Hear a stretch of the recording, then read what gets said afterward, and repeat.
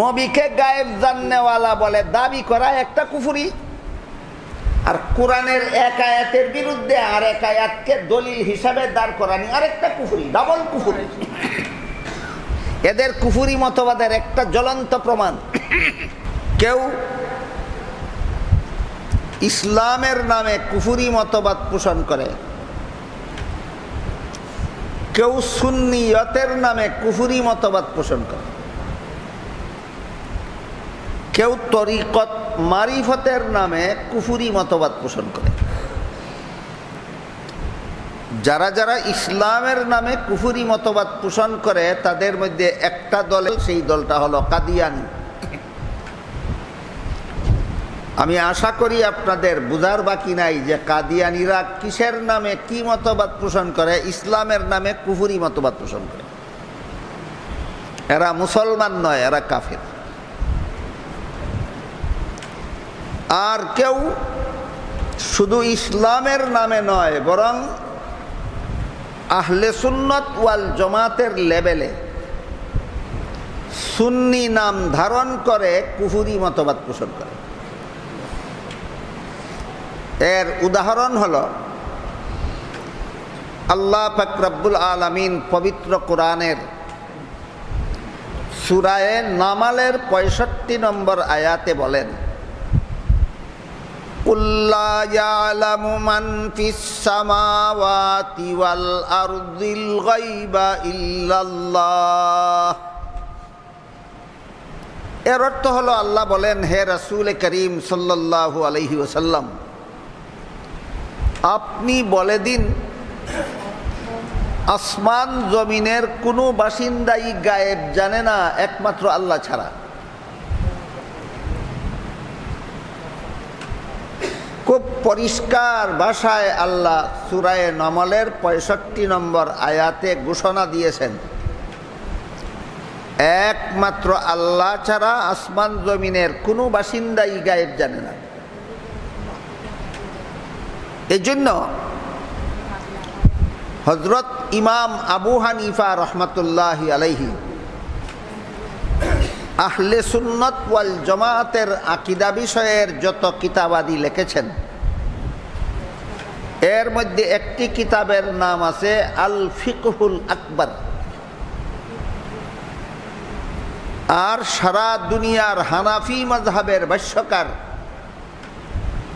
আল্লামা মুল্লা আলী আল কারি রহমতুল্লাহি আলাইহি ইমাম আবু হানিফার লিখিত সেই কিতাবের ব্যাখ্যা লিখেছেন। ব্যাখ্যা গ্রন্থটির নাম হইল শরহুল ফিকহিল আকবার। এতে পরিষ্কারভাবে উল্লেখ আছে, ওয়া যাকারাল হানাফিয়্যাতু তাসরিহান বিত-তাকফীর বিইতিকাদি আন্নান নাবিয়্যা সাল্লাল্লাহু আলাইহি ওয়াসাল্লাম ইয়ালামুল গায়ব লিমুআরাদাতি কওলিহি তাআলা কুল লা ইয়ালামু মান ফিস সামাওয়াতি ওয়াল আরদিল গায়বা ইল্লাল্লাহ। এর অর্থ হলো, যেহেতু আল্লাহ সূরা নামালের 65 নম্বর আয়াতে সুস্পষ্ট ভাষায় ঘোষণা দিয়েছেন যে আসমান জমিনের কোনো বাসিন্দাই গায়েব জানে না একমাত্র আল্লাহ ছাড়া, কাজেই যারা বলবে নবী গায়েব জানেন তারা কোরআন মানে না। যারা কোরআন মানে না তাদের ধর্ম ইসলাম নয়, তাদের মতবাদ মুসলমানি মতবাদ নয়, তাদের মতবাদ কুফরি মতবাদ। কোরআনের সূরা নামালের 65 নম্বর আয়াতের রেফারেন্স দিয়ে আহলে সুন্নাত ওয়াল জামাতের এই নির্ভরযোগ্য আকীদা বিষয়ের কিতাবে পরিষ্কার ভাষায় লেখা আছে, যারা নবীর প্রতি অতিভক্তি দেখাতে গিয়ে নবীকে আলিমুল গায়েব বলে, নবীকে হাজির নাজির বলে, আলিমুল গায়েব হওয়া, হাজির নাজির হওয়া এগুলি নবীর গুণ নয়, এগুলি আল্লাহর গুণ। আপনারা কি মনে করেন আল্লাহর গুণে আর নবীর গুণে কোনো ব্যবধান নাই। এইগুলি নবীর গুণ নয়, আলিমুল গাইব হওয়া নবীর গুণ নয়, এটা আল্লাহর বৈশিষ্ট্যপূর্ণ গুণ। হাজির নাজির হওয়া নবীর গুণ নয়, এটা আল্লাহর বৈশিষ্ট্যপূর্ণ গুণ। এই গুণে নবীকে গুণান্বিত করা কুফরি মতবাদ। পরিষ্কার ভাষায় আহলে সুন্নাত ওয়াল জামাতের আকীদা বিষয়ের কিতাবে আয়াতের রেফারেন্স দিয়ে বলা হয়েছে নবীকে গায়েব জানেন বলে বিশ্বাস করা এটা সুন্নি মতবাদ নয়, এটা কুফরি মতবাদ। এটা ইসলামী মতবাদ নয়, এটা কুফরি মতবাদ। এই কুফরি মতবাদটাও আমাদের সমাজে অনেকে পোষণ করে থাকে, শুধু ইসলামের নামে নয় বরং সুন্নিয়তের নামে। নিজেদেরকে নিজেরা সুন্নি বলে দাবি করে আর মতবাদ কুফরি মতবাদ পোষণ করে। দাবিদার হলো সুন্নি হওয়ার আর মতবাদ হইল কুফরি। যারা সুন্নি নাম ধারণ করে নবীকে গায়েব জাননেওয়ালা বলে, এরা যখন দেখে যে কোরআনের আয়াতের দ্বারা পরিষ্কারভাবে প্রমাণিত যে নবী গায়েব জানেন মনে করা এটা ইসলামী মতবাদ নয়, কুফরি মতবাদ, তখন এরা কোরআনের আরো কিছু আয়াতকে সূরা নমলের ৬৫ নম্বর আয়াতের বিপরীতে দাঁড় করা হয়। দাঁড় করে বলে ওই সমস্ত আয়াতের দ্বারা প্রমাণ হয় নবী গায়েব জানেন।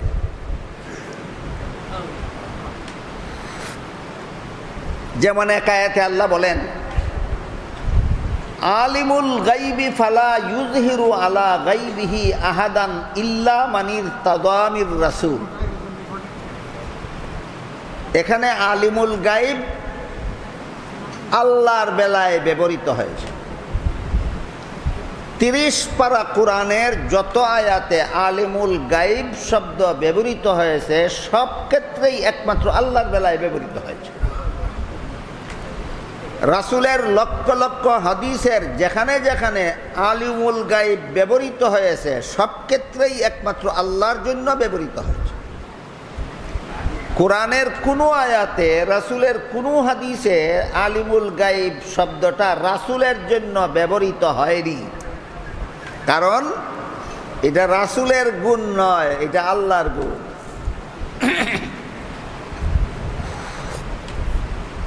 তো আল্লাহ বলেন আলিমুল গাইবি, আল্লাহ হলেন আলিমুল গাইব, গাইব জাননেওয়ালা। ফালা ইউযহিরু আলা গাইবিহি আহাদান, আল্লাহর গাইবের কোনো কিছু প্রকাশ করেন না কারো কাছে, ইল্লা মানির তাদামির রাসূল, তবে আল্লাহর পছন্দসই রাসূলের কাছে গাইবের কিছু কথা প্রকাশ করেন। এই আয়াত দ্বারা রাসূলকে যারা আলিমুল গাইব মনে করে কুফরি মতবাদ পোষণ করে, এরা এদের কুফরি মতবাদের পক্ষে এই আয়াতের দ্বারা দলিল দেওয়ার অপচেষ্টা চালায়। এই জন্য এই আয়াতের দ্বারা কতটুকু দলিল হয় সেটাও আমাদের বোঝার ব্যাপার। প্রথম কথা হলো যে আয়াতের দ্বারা তোমরা রাসূলকে গায়েব জাননেওয়ালা সাব্যস্ত করার অপচেষ্টা চালাইছো, সেই আয়াতেও আলিমুল গাইব শব্দ রাসূলের বেলায় ব্যবহৃত হয়নি, আল্লাহর বেলায় ব্যবহৃত হয়েছে। ২ নম্বর কথা হলো গাইবের বিষয় আল্লাহ রাসূল ছাড়া, নবী রাসূল ছাড়া আর কারো কাছে প্রকাশ করেন না, নবী রাসূলের কাছে প্রকাশ করেন। তাহলে প্রকাশ করার আগে জানেন নবী না প্রকাশের পরে? প্রকাশিত বিষয় জানার নাম গাইব জানা, না প্রকাশিত খবর জানা? আয়াত কি দলিল তোমার পক্ষে গেল না বিপক্ষে গেল? খবর তো নাই। যে আয়াত দিয়ে দলিল দিলে এটা তোমার পক্ষে গেল না, এটা তোমার বিরুদ্ধে গেল। যেমন উদাহরণ শুনলে সহজে বুঝবে, কবর জগতে কি ঘটনাগুলি ঘটে দুনিয়ার জীবিত মানুষগণের কাছে এটা গায়েব, কেউ দেখে না, কেউ বুঝে না। কবরে কি অবস্থা? গায়েব। কবরের জগৎটা দুনিয়ার মানুষের কাছে গায়েব। হাসরের মাঠের অবস্থা দুনিয়ার মানুষের কাছে গায়েব। পুল সিরাতের অবস্থা দুনিয়ার মানুষের কাছে গায়েব। জান্নাত জাহান্নামের অবস্থা দুনিয়ার মানুষের কাছে গায়েব। এই সমস্ত গায়েবের খবর আল্লাহ কোনো সাধারণ মানুষের কাছে প্রকাশ করেন না, নবী রাসূলগণের কাছে প্রকাশ করেন। যেমন আমাদের নবী বলে দিয়েছেন, কবরে মুর্দাকে দাফন করার পর তাকে 3টা প্রশ্ন করা হবে।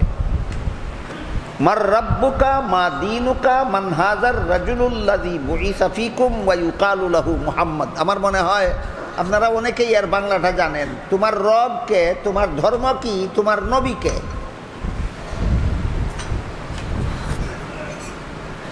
কবরে যে ফেরেশতারা মুর্দাকে 3টা প্রশ্ন করে, এটা কি দুনিয়ার মানুষে দেখে না তার দুনিয়ার মানুষের কাছে গায়েব? গায়েব। হাসরের মাঠে 5টা প্রশ্ন করা হবে। আল্লাহ রাসূল হাদিস শরীফে বলেছেন, প্রথম প্রশ্ন হবে দুনিয়ার জীবন কোন কাজে বিলীন করেছ। দ্বিতীয় প্রশ্ন হবে যৌবনকালে কি করেছ। তৃতীয় প্রশ্ন হবে দুনিয়ার জীবনে যত সম্পদ উপার্জন করেছ, হালাল উপায়ে করেছ না হারাম উপায়ে করেছ। চতুর্থ প্রশ্ন হবে দুনিয়ার জীবনের উপার্জিত ধন সম্পদ হালাল কাজে খরচ করেছ না হারাম কাজে খরচ করেছ। 5 নম্বর প্রশ্ন হবে আল্লাহর হুকুম নবীর তরিকা যে পরিমাণ জানতে পেরেছ তার মধ্যে কি পরিমাণ আমল করেছ। হাসরের মাঠে প্রতিটি মানুষকে এই 5টি প্রশ্ন অবশ্যই করা হবে, আল্লাহ রাসূল বলেছেন। হাসরের মাঠ আমাদের কাছে গায়েব, এটা আমাদের কাছে আল্লাহ বলেননি, আমাদের রাসূলের কাছে বলেছেন। পুল সিরাতের পুল হবে অত্যন্ত ভয়ঙ্কর। কেউ তার গায়ের জুড়ে এই পুল পার হতে পারবে না। পুল পার হতে হবে ঈমান এবং নেক আমলের জুড়ে। পুল সিরাতের পুলটাও জগৎবাসীর কাছে গায়েব। আল্লাহ জগৎবাসী কারো কাছে প্রকাশ করেননি, রাসূলের কাছে প্রকাশ করেছেন। পুল পার হতে না পারলে জাহান্নামের শাস্তি ভোগ করতে হবে। জাহান্নামও জগৎবাসীর কাছে গায়েব। আল্লাহ কোনো সাধারণ মানুষের কাছে জাহান্নামের খবর প্রকাশ করেননি, রাসূলের কাছে করেছেন। পুল পার হতে পারলে জান্নাতের বাসিন্দা হবে। জান্নাতের অবস্থানও জগৎবাসী মানুষের কাছে গায়েব। কোনো মানুষের কাছে আল্লাহ প্রকাশ করেননি, করেছেন রাসূলের কাছে। কবর, হাসর, পুলসিরাত, জান্নাত, জাহান্নাম, এই 5টা উদাহরণ গায়েবের। কবর, হাসর, পুলসিরাত, জান্নাত, জাহান্নাম আমাদের গোচরে না অগোচরে? এই অগোচরের নাম গায়েব। এই গায়েবের বিষয়গুলি আল্লাহ দুনিয়ার কোনো সাধারণ মানুষের কাছে এই বিষয়গুলির সংবাদ প্রকাশ করেননি, করেছেন রাসূলের কাছে। এবার বলুন তো, রাসূল কবরের অবস্থা জানলেন, হাসরের অবস্থা জানলেন, পুলসিরাতের অবস্থা জানলেন, জান্নাতের অবস্থা জানলেন, জাহান্নামের অবস্থা জানলেন। আল্লাহর পক্ষ থেকে রাসূলের কাছে প্রকাশ করার আগে না প্রকাশের পরে? তাইলে তিনি গায়েব জানলেন না প্রকাশিত খবর? প্রকাশিত খবর জানার নাম গায়েব জানা। গায়েব জানা বলে তোমার মাথায় গন্ডগোল হইছে না বুতে ধরছে?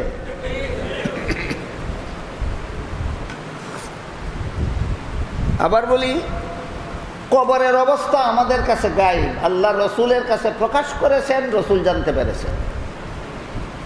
বলেন তো, রসুল গায়েব থাকা অবস্থায় জানলেন না প্রকাশিত খবর?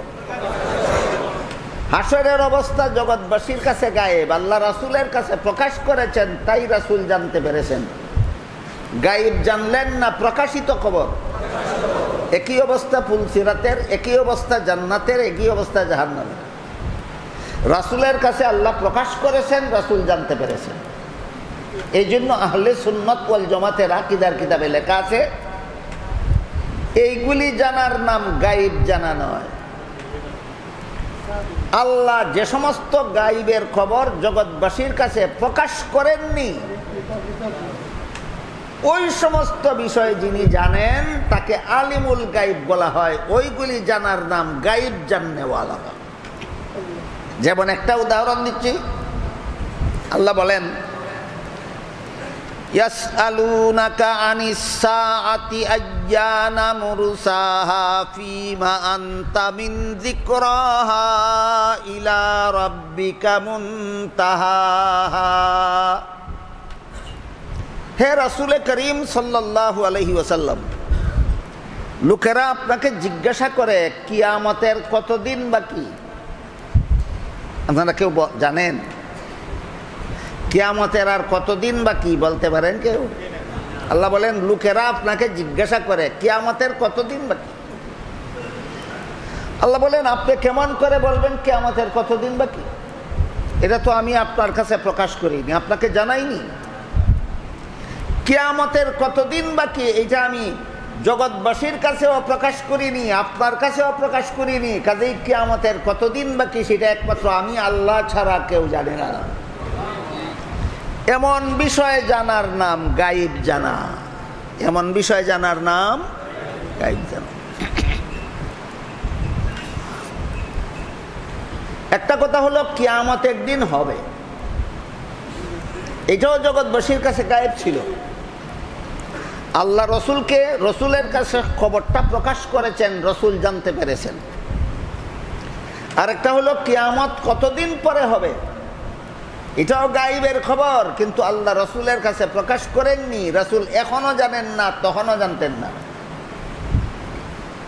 এবার বলুন, যে গায়েবের খবর আল্লাহ রসুলের কাছে প্রকাশ করেছেন ওইটা জানার নাম গায়েব জানা না প্রকাশিত খবর জানা? যে গায়েবের খবর রাসূলের কাছেও আল্লাহ প্রকাশ করেননি সেইটা জানার নাম গায়েব জানা। এর উদাহরণ কিয়ামতের কতদিন বাকি। এক হাদিসে উল্লেখ আছে, হযরত জিবরিল ফেরেশতা রাসূল করিম সাল্লাল্লাহু আলাইহি ওয়াসাল্লামকে জিজ্ঞাসা করেছিলেন, মাতা তাকুমুস সাআহ, কিয়ামত কবে হবে, অর্থাৎ কিয়ামতের কতদিন বাকি। জবাবে রাসূল বলেন, মাল মাসউলু আনহা বিআলামা মিনাস সাইল। ও জিবরিল, কিয়ামতের কতদিন বাকি এটা তুমি যেমন জানো না, আমিও জানি না। এটা আল্লাহ কারো কাছে প্রকাশ করেননি। এই এমন আল্লাহ গায়েবের যেসব বিষয় জগৎবাসী কারো কাছে প্রকাশ করেননি, নবী রাসূলগণের কাছেও নয়, ওইগুলির নাম গায়েব। যিনি জানেন তার নাম আলিমুল গায়েব। এবার বলুন, কে আলিমুল গায়েব? একমাত্র আল্লাহ। 3 নম্বর কথা হলো, গায়েবের খবর প্রকাশ করার পরে জানলে যদি আলিমুল গায়েব হয়, তাইলে তো আলিমুল গায়েব হওয়াটা আল্লাহরও কোনো বৈশিষ্ট্যপূর্ণ গুণ হয় না, নবীরও কোনো বৈশিষ্ট্যপূর্ণ গুণ হয় না। এটা সমস্ত মুসলমান উম্মতি আলিমুল গায়েব হয়ে যাবে। বলুন, আপনারা কবরে 3টা সওয়াল হবে, জানেন কিনা? গায়েবের খবর ছিল না? আল্লাহ আপনাদেরকে বলেছিলেন না রাসূলকে বলেছিলেন? রাসূল আপনাদেরকে বলেছেন। এই গায়েবের খবরটা আল্লাহ রাসূলের কাছে প্রকাশ করেছেন, রাসূল উম্মতের কাছে প্রকাশ করেছেন। আল্লাহ রাসূলের কাছে প্রকাশ করার কারণে রাসূল জানলেন, রাসূল উম্মতের কাছে প্রকাশ করার কারণে উম্মতে জানলো। রাসূল জানার কারণে যদি আলিমুল গায়েব হন, উম্মতে জানার কারণে কি হবে? তাহলে রাসূলকে অথবা আল্লাহকে আলিমুল গায়েব বলার কোনো বৈশিষ্ট্য বাকি থাকে না? সমস্ত মুসলমানই আলিমুল গায়েব সাব্যস্ত হয়ে যায় ভ্রান্ত দলিল মতে। এই সুন্নি নামের কুফরি মতবাদ পোষণকারীদের ভ্রান্ত দলিল মেনে নিলে আলিমুল গাইব এমন একজন মুসলমান পাওয়া যাবে না যাকে আলিমুল গাইব বলা যাবে না। সমস্ত মুসলমানকে আলিমুল গাইব বলতে হবে।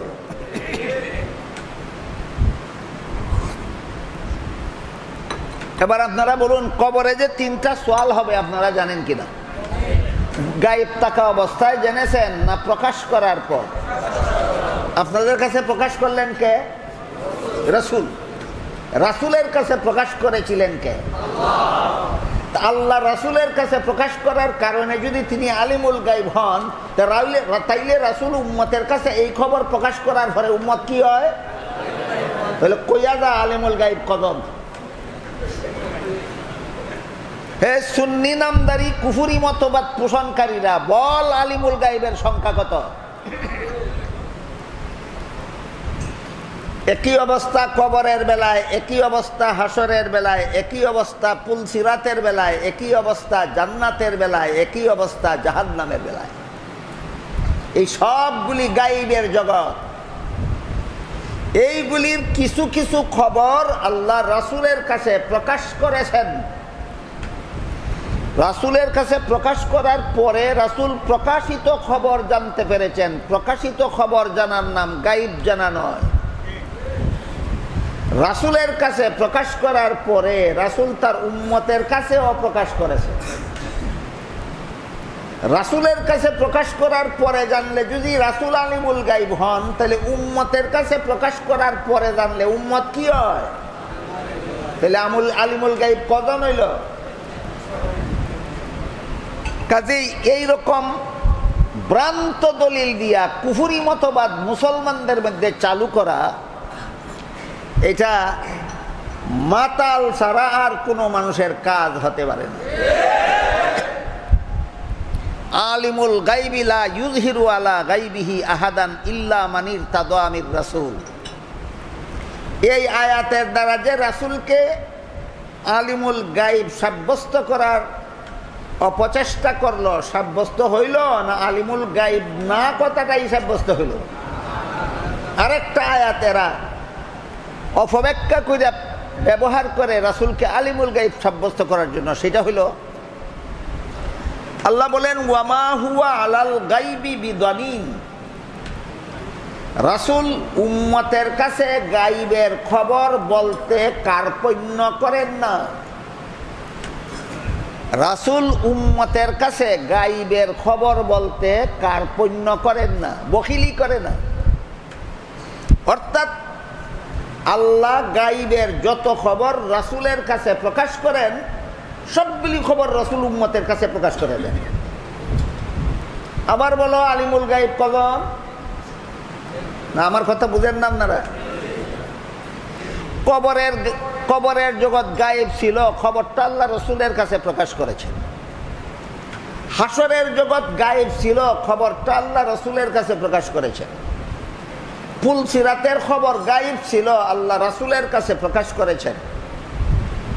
বেহেশতের খবর গায়েব ছিল, আল্লাহ রাসূলের কাছে প্রকাশ করেছেন। দুজখের খবর গায়েব ছিল, আল্লাহ রাসূলের কাছে প্রকাশ করেছেন। আর রাসূল এইগুলি জেনে বসে আছেন না উম্মতের কাছে প্রকাশ করে দিয়েছেন? এই কথাটাই আল্লাহ বলেছেন, ওয়ামা হুয়া আলাল গাইবি বিদানিন। গাইবের যেসব খবর আল্লাহ রাসূলের কাছে প্রকাশ করেন, এইগুলি রাসূল উম্মতের কাছে প্রকাশ করতে কার্পণ্য করেন না, বখিলি করেন না। আল্লাহ গাইবের যেসব খবর রাসূলের কাছে প্রকাশ করেন, সেইগুলি রাসূল উম্মতের কাছে প্রকাশ করে দেন। রাসূলের কাছে আল্লাহ প্রকাশ করার কারণে রাসূল জানলেন, আর উম্মতের কাছে রাসূলে প্রকাশ করার কারণে উম্মতে জানল। কজন আলিমুল গাইব হইল? কজন? সমস্ত উম্মত কি? তোমার যুক্তি মতো সমস্ত উম্মত কি আলিমুল গাইব বলতে হবে?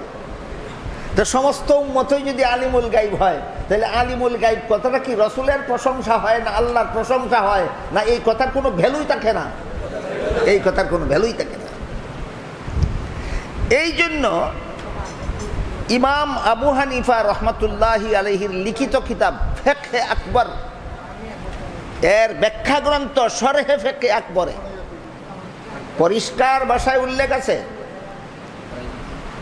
ওয়াজাকারাল হানাফিয়্যাতু তাসরিহান বিত-তাকফীর বিইতিকাদি আন্না নাবিয়্যা সাল্লাল্লাহু আলাইহি ওয়াসাল্লাম ইয়ালামুল গায়ব লিমুআরাদাতি কওলিহি তাআলা কুল লা ইয়ালামু মান ফিস সামাওয়াতি ওয়াল আরদিল গায়বা ইল্লাল্লাহ। এর অর্থ হলো, যেহেতু আল্লাহ সূরা নামলের 65 নম্বর আয়াতে পরিষ্কার ভাষায় বলে দিয়েছেন, হে মুহাম্মদুর রাসূলুল্লাহ, আপনি ঘোষণা করে দিন আসমান জমিনের কোনো বাসিন্দাই গায়েব জানে না একমাত্র আল্লাহ ছাড়া।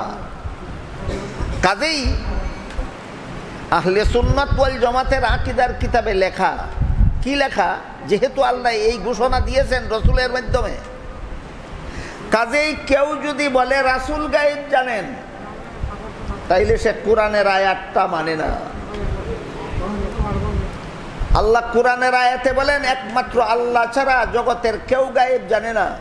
এখন যদি কেউ বলে রাসূল গায়েব জানেন, তাহলে কোরআন মানলো না কোরআন অমান্য করলো? এবার বলুন, কাদিয়ানি কাফির হয়েছিল কি অমান্য করিয়া? কোন সূরার কত নম্বর আয়াত? গতকালের কথা স্মরণ করুন। সূরা আহজাবের 40 নম্বর আয়াত অমান্য করিয়া কাদিয়ানি কাফির হয়েছিল। আর তোমরা সুন্নি নাম ধারণ করে সূরা নমলের 65 নম্বর আয়াত অমান্য করেছ। তোমরা মুসলমান থাকলে ওদের কাদিয়ানিদের অপরাধটা কি? যদি কারো বুঝতে অসুবিধা হয় আবার বলছি, কাদিয়ানিরা কোরআনের সূরা আহজাবের 40 নম্বর আয়াত অমান্য করার কারণে যদি কাফের হয়ে থাকে, তোমরাও তো সূরা নমলের 65 নম্বর আয়াত অমান্য করেছো, তোমরা মুসলমান থাকো কিভাবে? সূরা নমলের 65 নম্বর আয়াত অমান্য করার পরেও যদি মুসলমান থাকা যায়, তাহলে সূরা আহজাবের 40 নম্বর আয়াত অমান্য করলে কাফির হবে কেন? আর সূরা আহজাবের 40 নম্বর আয়াত অমান্য করলে যদি কাফের হইয়া যায়, সূরা নমলের 65 নম্বর আয়াত অমান্য করলে মুসলমান থাকে কিভাবে? সুতরাং কাদিয়ানিরা কুফরি মতবাদ পোষণ করে ইসলামের নামে, আর এরা কুফরি মতবাদ পোষণ করে সুন্নিয়তের নামে, বলে আমরা সুন্নি। কাদিয়ানিরা বলে আমরা মুসলমান আর মতবাদ পোষণ করে কুফরি, এরা বলে আমরা সুন্নি আর মতবাদ পোষণ করে কুফরি। সুতরাং কেউ ইসলামের নামে কুফরি মতবাদ পোষণ করে আর কেউ সুন্নি নামে কুফরি মতবাদ পোষণ করে।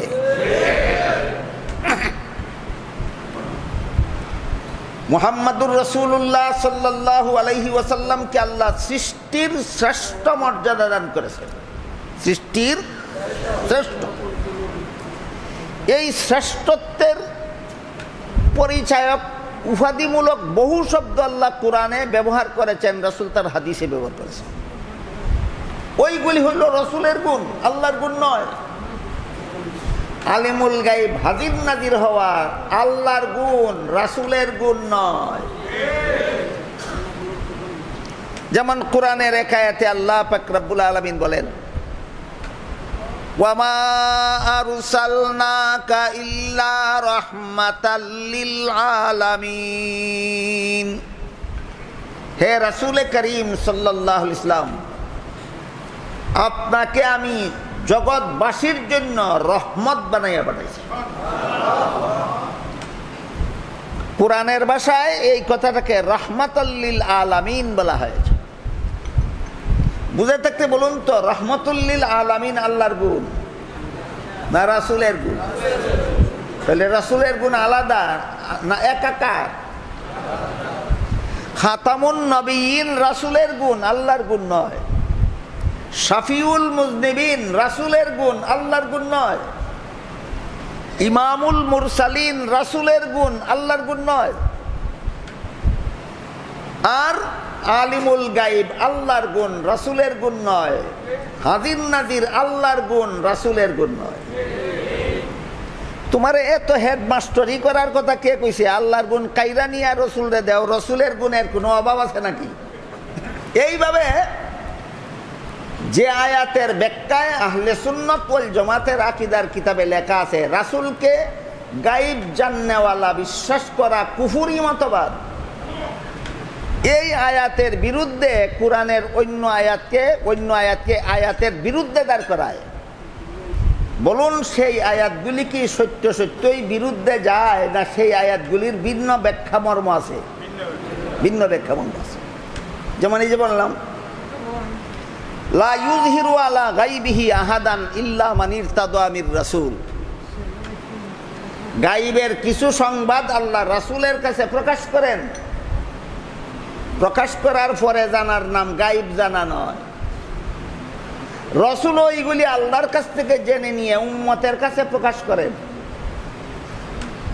গায়বের খবর তো উম্মতেও জানলো, কবরের অবস্থা তো উম্মতেও জানলো, হাসরের মাঠের অবস্থা তো উম্মতেও জানলো, পুলসিরাতের খবর তো উম্মতেও জানলো, জান্নাতের খবর তো উম্মতেও জানলো, জাহান্নামের খবর তো উম্মতেও জানলো। উম্মতকে আলিমুল গায়ব বলা যাবে না কেন?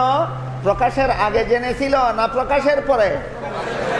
যেই কারণে এই খবরগুলি জেনে উম্মত আলিমুল গায়ব হতে পারে না, একই কারণে এই খবরগুলি জেনে রাসূল আলিমুল গায়ব হতে পারেন না। সাফ করে কিতাবে লেখা আছে, আহলে সুন্নাত ওয়াল জামাতের কিতাবে পরিষ্কারভাবে লেখা আছে ওহীর মাধ্যমে গায়বের খবর, যে খবর জানা যায়, এলহামের মাধ্যমে গায়বের যে খবর জানা যায়, এমনকি জ্ঞান বিজ্ঞান চর্চা করে অগোচরিত যে খবর গোচরিত হয়, এইগুলি জানার নাম গায়ব জানা নয়। কোন রকমের মাধ্যম ছাড়া, ওহী ছাড়া, এলহাম ছাড়া, জ্ঞান বিজ্ঞানের গবেষণা ছাড়া নিজে নিজেই যিনি গায়বের খবরগুলি জানেন তাকে কুরআন হাদিসের ভাষায়, ইসলামের পরিভাষায় আলিমুল গায়ব বলা হয়। এমন আলিমুল গায়ব একমাত্র আল্লাহ ছাড়া আর কেউ নাই। তাইলে এক আয়াতে আল্লাহ পরিষ্কার বলে দিলেন আল্লাহ ছাড়া আসমান জমিনের কেউই গায়ব জানে না। অন্য আয়াতে বললেন গায়বের কিছু খবর আল্লাহ রাসূলের কাছে প্রকাশ করে। ওই আয়াত কি প্রথম আয়াতের বিরুদ্ধে গেল, না সেই আয়াতের মর্ম আলাদা? মর্ম আলাদা। কোরআনের এক আয়াতের মর্ম আর এক আয়াতের বিরুদ্ধে যাবে না, কোনোদিন যায় নাই। কারণ কোরআনের অন্য আয়াতে আল্লাহ বলেছেন লাউ কানা মিন ইনদি গায়রিল্লাহি লাওয়াজাদু ফীহি ইখতিলাফান কাসীরা। এই কোরআন যদি আল্লাহ নাজিল না করতেন, কোনো মানুষের মন গড়া রচিত হতো, তাইলে কোরআনের অনেক কথা পরস্পর বিরোধী পাওয়া যেত। অনেক সময় অনেক মানুষের এক কথা আরেক কথার বিরুদ্ধে যায়, অনেক সময় অনেক মানুষের এক কথা আরেক কথার বিরুদ্ধে যায়। এটাকে বাংলা ভাষায় বলে স্ববিরোধী উক্তি। কেমন উক্তি? স্ববিরোধী উক্তি। কোনো মানুষের একটা কথা তার নিজেরই আর একটা কথার বিরুদ্ধে কখন যায়? যখন তার মনে থাকে না যে আগে কি বলেছিল পরে কি বলতেছে। আল্লাহ আগে কি বলেছিলেন এটা পরে যখন আরেক কথা বলেন তখন আল্লাহরও মনে থাকে না নাকি? তাহলে বলুন তো কার কথায় স্ববিরোধিতা হতে পারে, কার কথায় হতে পারে না? মানুষের কথায় স্ববিরোধিতা হতে পারে, আল্লাহর কথায় স্ববিরোধিতা হতে পারে না। কাজী আল্লাহ এক আয়াতে বলবেন একমাত্র আল্লাহ ছাড়া আসমান জমিনের কোনো বাসিন্দাই গায়েব জানে না, আর অন্য আয়াতে বলে দিবেন রাসূল গায়েব জানেন। তাইলে তো আল্লাহর আগের কথা মনে নাই, পরের কথা বলার সময় তোমার উক্তি মতো। এটা তো হতেই পারে না। আল্লাহর আগের কথার মর্ম একটা, পরের কথার মর্ম আরেকটা। আগের কথার মর্ম হইল একমাত্র আল্লাহ ছাড়া আসমান জমিনের কোনো বাসিন্দাই গায়েব জানে না। আর পরের কথার মর্ম হইল গায়েবের কিছু সংবাদ আল্লাহ রাসূলের কাছে প্রকাশ করার পরে জানেন, এটার নাম গায়েব জানা নয়। স্ববিরোধী হইল না ভিন্ন ভিন্ন মর্ম আছে?